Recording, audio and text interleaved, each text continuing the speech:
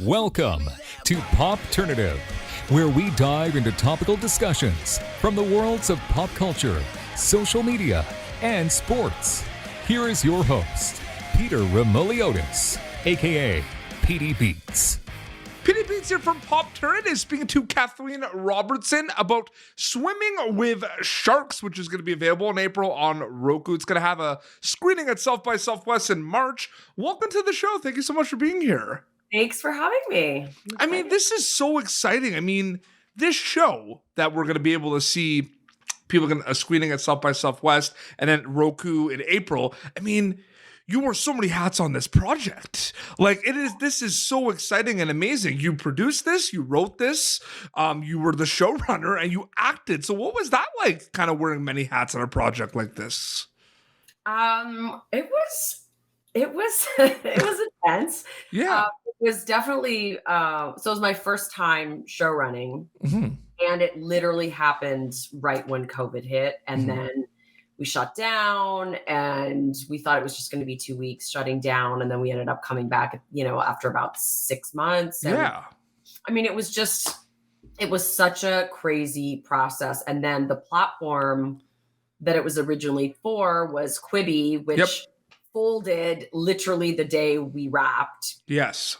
So we just didn't know what was going to happen, if the show was going to ever see the light of day. And so it was exciting when we were able to kind of, for Quibi, it was these like 10-minute little episodes. They're short. So for the one on Roku, are they going to be longer episodes? Yeah. Okay, gotcha. Yeah. Yeah. So we were able to kind of engineer it as 30-minute episodes, and so now it's it's so incredible show, I mean you know how it is on like the internet and everything. There's stuff around, there's like cast announcements and little stills and everything, and people are excited. I mean, the cast that you all put together for this is unbelievable. Like, can you talk a little bit about that and what can we expect from the cast of this? Because that's the big thing that kind of stands out. How many amazing, incredible people are going to be seen in the show? Like, how did we get these great? You know what I mean. But yeah, no, we were super, super fortunate that I'm an actor, obviously. I've been an actor my whole life. And so, as a writer, of course, my focus and goal is always, how do I write roles for actors that they're going to just be like, oh, I have to do this. This is a great role. And so that was really kind of the hope when I set out to cast it. But, you never know if people are going to respond. And, Kiernan Shipka is the central character, and she's really, honestly, people always say, oh, I had this person in mind, but I really did kind of have her as my sort of prototype. And I sort of wrote it thinking, oh, she would be so perfect for this role because it's so different than anything we've ever seen her do. Yeah. And she has that kind of duality where she sort of appears as one thing, but she has so many layers and sort of darker stuff going on. And that's really kind of what we explore. Yeah, it's so crazy. I mean, you mentioned Kieran Shipka, you got Diane Kruger in this, Finn Jones, I mean, Ross Butler, even like Thomas Dekker. Like, I've seen a lot of his stuff. He's a great actor. Like, it's so exciting to see that. You're forgetting Donald Sutherland. Of course, Donald Sutherland as well. He was like he also was kind of like, was like, he would be my dream for Redmond. And they're like, he wants to do it. I know, it's so crazy. Does networking, like, it's interesting that you mentioned that, you being an actor and everything. Does that kind of come to mind a little bit where, you know you're going to be a showrunner, you're going to write something, and then you kind of are able to you have this advantage, I guess, because you've worked with a lot of amazing people and everything to kind of go in and ask. Does that come into play at all? Like, the advantage of being an actor, or like not really? I mean, not really. Like, I didn't know a single person. Yeah. I'm trying to think if I knew anybody that I cast. I kind of knew Thomas Dekker a little bit through Greg Araki, because, we've both done Greg movies. Yeah. And, but no, I don't think I knew. I'm trying to think if I knew. No, I didn't know. They were all complete strangers when we cast. Wow. No, it's exciting. Very quickly, can you tell us a little bit what we can expect from it, though, like the plot and everything, so people can kind of get used? It's like an industry. It has to do with, obviously, like entertainment industry and everything, right? Yeah. Did you ever see the original movie that it was kind of inspired by? So there was a movie in the 80s called Swimming with Sharks, and it was with Kevin Spacey and Whaley. And Lionsgate kind of approached me and they said, would you ever be interested in doing this as like a reboot, like a reboot of it? And I was like, I don't know. And then the more I thought about it, I thought, oh my God, if it could be two women, it would be so interesting because nobody's really seen that female perspective of this world. And it's really kind of, I always say that it's kind of a weird love story in a way. To me, it's this young, ambitious girl moves to Hollywood, starts working at, this massive movie studio under this woman who is this notorious nightmare. And, you sort of think, oh, I know what the show's going to be. I know where it's going to go. But there's like a lot of big twists and sort of things that subvert that and really kind of are like, oh, I thought it was going to be this, but it's actually not that. So it's Can I swear? Of course. It's fucked up. It's fucked up. Really, absolutely. It's super fucked up and it's super like weird and dark but also kind of like it's really sexy and it's really funny too. Oh, absolutely. It's funny you mentioned the cursing because, like, we put this on YouTube and everything. And I always worried when I had some guests like come in and like drop really big F-bombs. I was always like, oh, will this affect, my status of stuff on YouTube? But apparently there's a thing where as long as there's no cussing in like the first minute of the interview, you're good. Really? Yeah, that's the thing. What are we like for? We're good. We're good. No, but I remember like it's funny because you sometimes when I first started this, I was new to it, right? I like would be like scared. Like I would interview like pro wrestlers and musicians and they would just like drop F-bombs left, right, center. And I'm just sitting there as a ghost, just like as the host, just like, oh my goodness. That's a nice little good Canadian. Absolutely. Right? Yeah, absolutely. No, for sure. Just like, oh my goodness, a lot of projects that you've worked on. Actually, first, we're going to mention, you got the chance to dive into the final season of The Expanse. You're part of that world, which is just amazing. I love that show. I got to chat with the cast for the junket as well.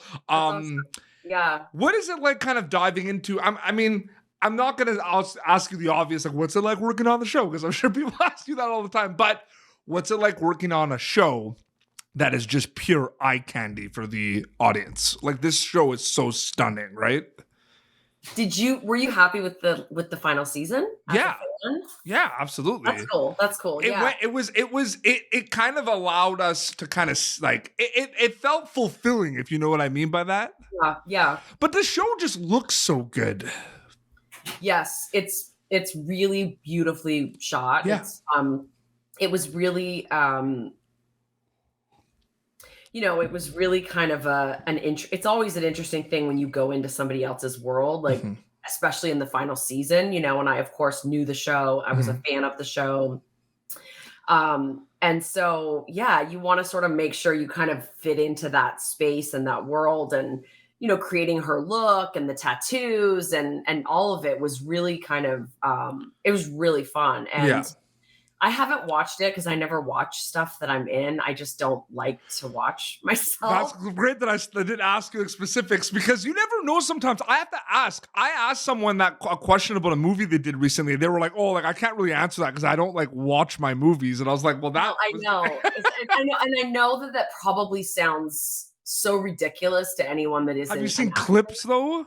Like around? Yeah. Yes, of course. I've seen stuff on like, like posting clips of me with, with Keon, and like, of course I've seen stuff. And my husband watched it and my son watched it. And so like I walked in a couple times and was like, I don't want to, I don't like to watch it. I don't like. No, for sure. So we're talking about Swimming with Sharks. We're talking about The Expanse. Those are like obviously like more recent projects. The age of kind of digital media and everything. There's not really a shelf life for a lot of projects because they keep resurfacing. Kind of we talked about with the clips and everything. You have got a chance to work on many amazing projects. The ones that kind of come to mind for me, Beverly Hills, and of course Scary Movie 2, which I talked to you about, which is one of the rare sequels where I personally think is better than the first. So funny. love that movie. It's just also, it's so funny because that the whole scene with like the haunted mansion and you like walk in and like, is anyone gonna give me a seat? Like that whole thing is just the best. Well, and I can't remember who it was, but my 13-year-old son just said to me, "Oh my God." So, and now it's like, it's not a good story because I don't remember the name of who it was. It wasn't Drake, but it was like somebody like really huge who basically said that was their favorite movie of all time. And so my 13-year-old was freaking out that like, he had seen me in that movie. Okay, so it's been a minute since I've watched the film. So I know it's in Scary Movie 2. I'm just not sure if you're in that scene. Do you remember the scene, the basketball scene? I'm gonna be embarrassed. No, there's like a scene in basketball, right? Where they're like, let's play it. Are you in that scene? Yeah, I think I am in that. Okay. Yeah. When I was a kid, I love that scene. I mean, I remember that scene. So when I was a kid, I loved that scene because it was like a music almost with like the bouncing and everything. No, I know we're going back. Oh my God, that movie was crazy. It was so good. Beverly Hills, I mean, that was just like that. I mean, that's a huge show. That's a juggernaut. Yeah. You know what I mean? That was a big one. And that was my first American job. Like literally I moved there from Canada. And again, started on it, and it was like the biggest show in the world. And I feel like that show, I mean, again, like, I don't know. I mean, that kind of seemed like a little bit of like the gateway in terms of like all the others that kind of came after, like the OCs and the One Tree Hills. Like, do you know what I mean by that a little bit? Yeah, for sure. Because I don't feel like, I don't know the timelines that much in terms of, I'm sure there were shows before Beverly Hills that were kind of doing similar kind of things with like high schools and everything. But I feel like that show is super important in terms of like, that was the first, like when I think of like drama and like high school and like relationships, I think of Beverly Hills. You know what I mean? Yeah, I know. I'm trying to think if there was like what was before it in terms of that genre. Like, I don't think Degrassi Canada would be available. I don't think it would be around if it wasn't for Beverly. And Degrassi was a little different. They're rebooting it for HBO Max. Did you hear that? Yeah, I know. I actually was kind of like, I said to my agents when I was like, oh my God, like I can't believe I wasn't asked to write on that, like to write that or to show run that show, because it's like that's my childhood, you know. So you might not even be able to answer this, but you know, like you're doing like writing, producing, acting, show running. I mean, is there one that you're really interested in more than others? Like now, like maybe it's hard to kind of pick one over the others, but like, is there one that you're really enjoying more as of late, at least? But definitely show running. Okay, like that's kind of what. Like I've kind of got the bug. I mean, it's so much work, and it's so it's a newer term too, technically, right? Like, have there always showrunner? Yeah, exactly. Like someone was saying, like, was it always called like showrunners, basically? Like even in, like the. I mean, I'm trying to think. Like, yeah, I think so. Okay. I mean, I feel like, yeah. There's always been sort of that person who is kind of the responsible for everything. You know, because I remember like they used to call them like the creators, but then now the creator might not be the showrunner, and it's like a whole different thing. Right. Like David E. Kelly, for example, he's a creator. He's not a showrunner. Like I did a show with David as an actor, and like David never once came to set. Yeah. Like, you know, there's certain people who, like Stephen Bochco, I did a series with Stephen. Stephen wrote it. He ran the writer's room, but he never came to set. So that's not a showrunner is like, you know, they're at the monitor. It's so crazy that you bring up David E. Kelly, because I find it so interesting, because I recently interviewed Michael Schur, who, you know, created some of the best like sitcoms of all time, you know, worked with Greg Daniels. Yeah.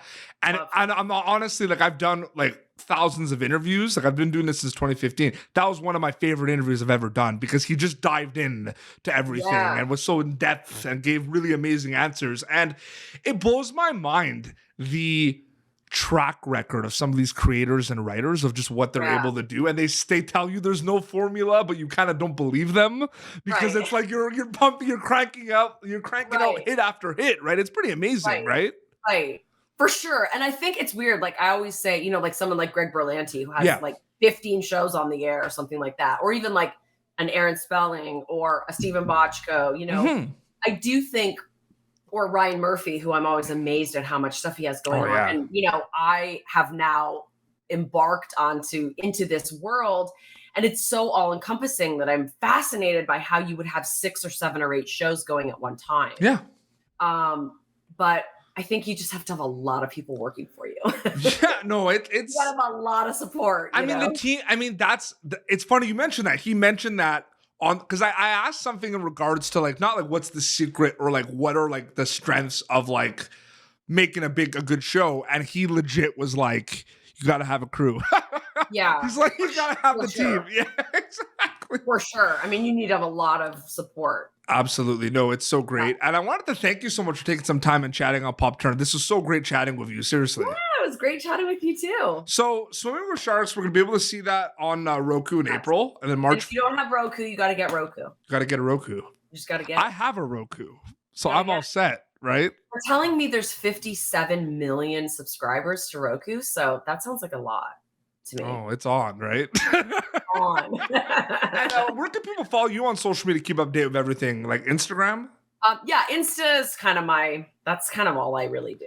Oh, absolutely. Well, this has been Popternative, youtube.com/Popternative for previous episodes. Until next time, this is Kathleen and PD Beats signing off. Thank you for tuning in to Popternative. Make sure to check out our past episodes of Popternative on YouTube. Be sure to like Popternative on Facebook and follow us on Twitter. This has been an Autograph Communications production.